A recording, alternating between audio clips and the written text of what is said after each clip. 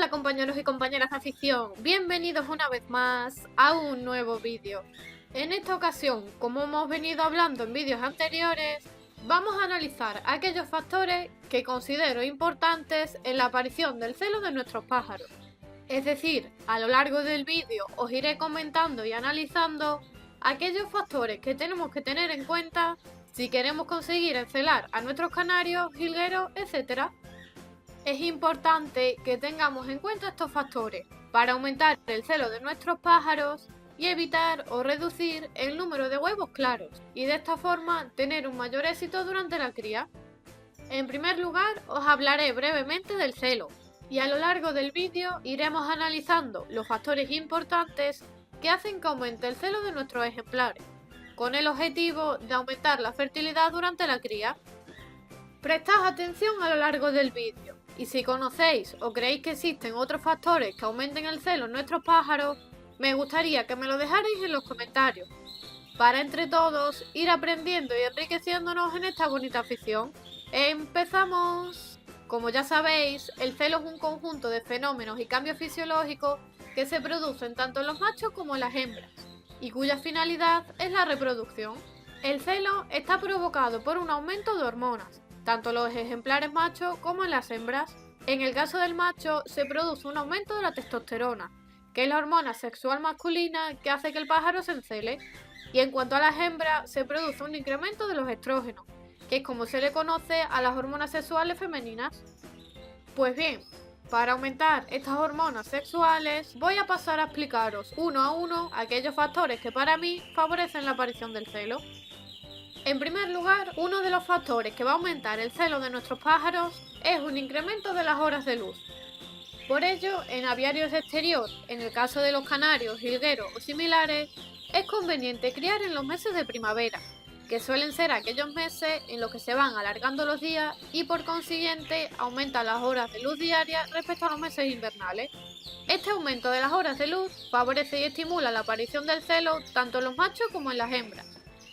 Y unido al aumento de las horas de luz, también influye en menor medida la temperatura, que también viene asociada a la primavera, ya que por lo general en los meses de marzo, abril y mayo suele haber una temperatura agradable y sobre todo estable, que hace que aumente el celo en nuestras aves. Como os digo, tanto las horas de luz como la temperatura son de los factores más importantes que tenemos que tener en cuenta.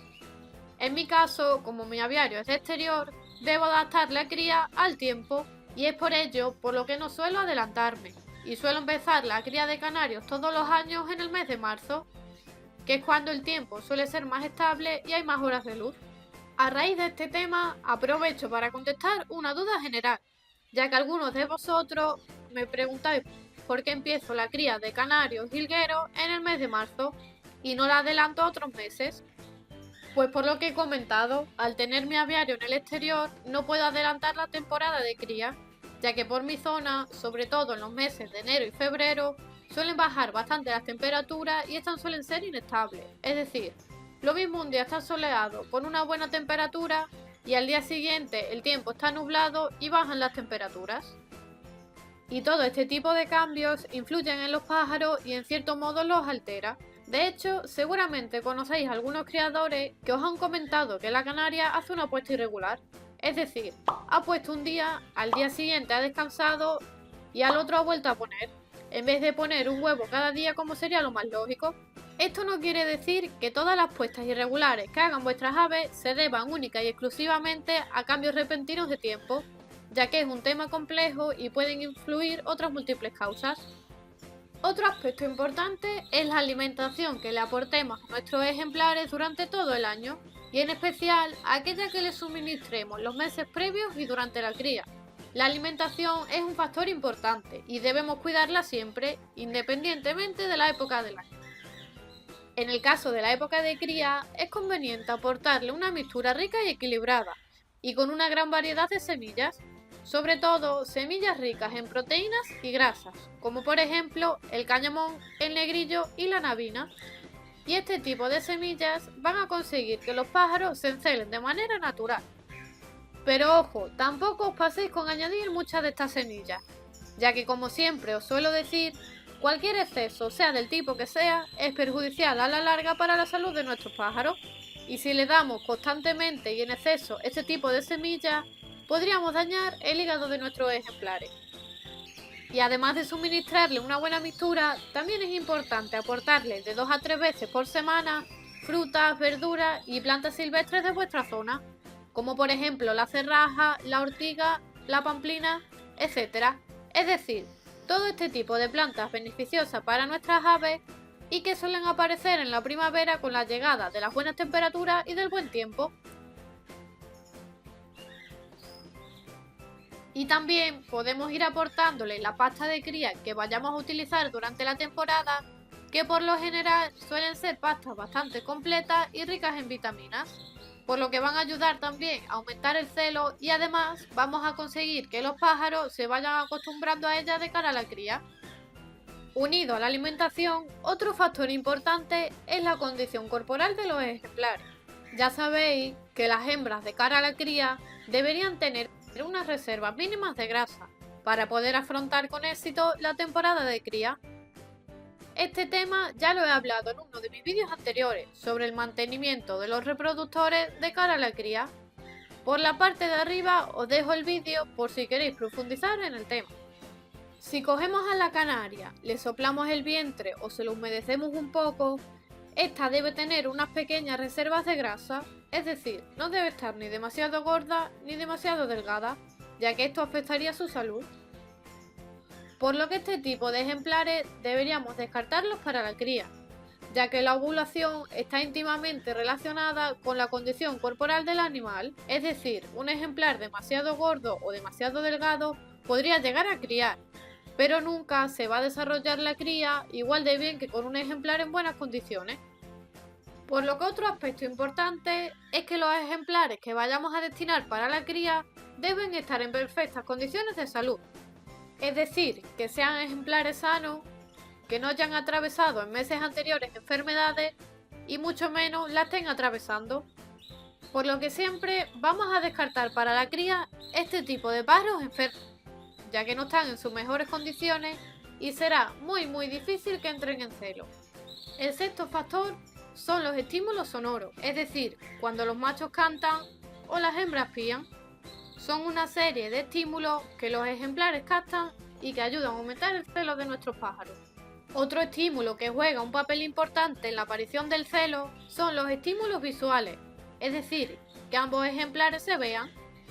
Por ello, es conveniente separar a los machos de la hembra durante el resto del año y si puede ser que se vean únicamente en la temporada de cría. De esta forma se cogerán mucho más a deseo y será más fácil inducirles el celo de manera natural. El octavo factor es que ambos ejemplares se encuentren en una edad adecuada para la reproducción, es decir, que no sean ejemplares ni demasiado jóvenes ni demasiado viejos. Lo ideal es que tanto los machos como las hembras tengan entre 1 y 5 años de edad. Otro factor es que el pájaro haya tenido una mala muda o tenga una muda de tiempo, que por lo general suele deberse a cambios inestables, o en el caso de aviarios interiores en los que el criador les debe mantener una temperatura estable y unas determinadas horas de luz. Y si esto no se hace de manera adecuada, puede provocar que el pájaro entre en muda y un pájaro en muda evidentemente no se encelará, por lo que será imposible destinarlo a la cría.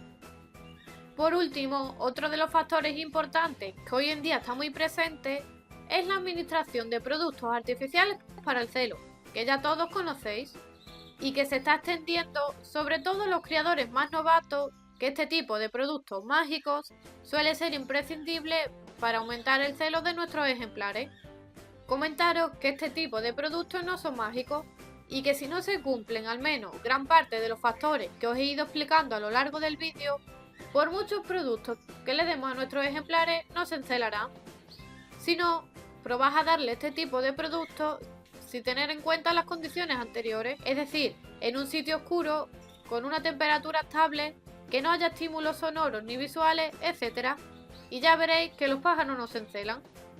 Con esto no quiero decir que sean malos productos, de hecho son grandes complementos vitamínicos que se le pueden administrar a los pájaros de manera ocasional y en especial en aquellos casos en los que el pájaro tenga alguna deficiencia nutricional o haya pasado por alguna enfermedad, la cual le haya generado cierto desgaste.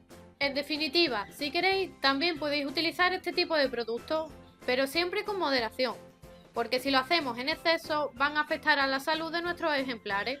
Y siempre que utilicemos este tipo de productos debemos asegurarnos que se cumplen gran parte de los factores que he ido explicando a lo largo del vídeo. Espero que les haya resultado útil e interesante el vídeo. Ya conocéis los factores más importantes que influyen en el celo. Si conocéis algún otro factor, me gustaría que me lo dejarais en los comentarios para que entre todos vayamos aprendiendo.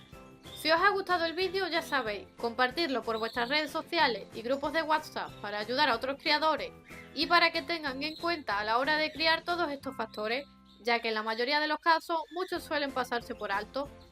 Y como siempre, les espero en el próximo vídeo.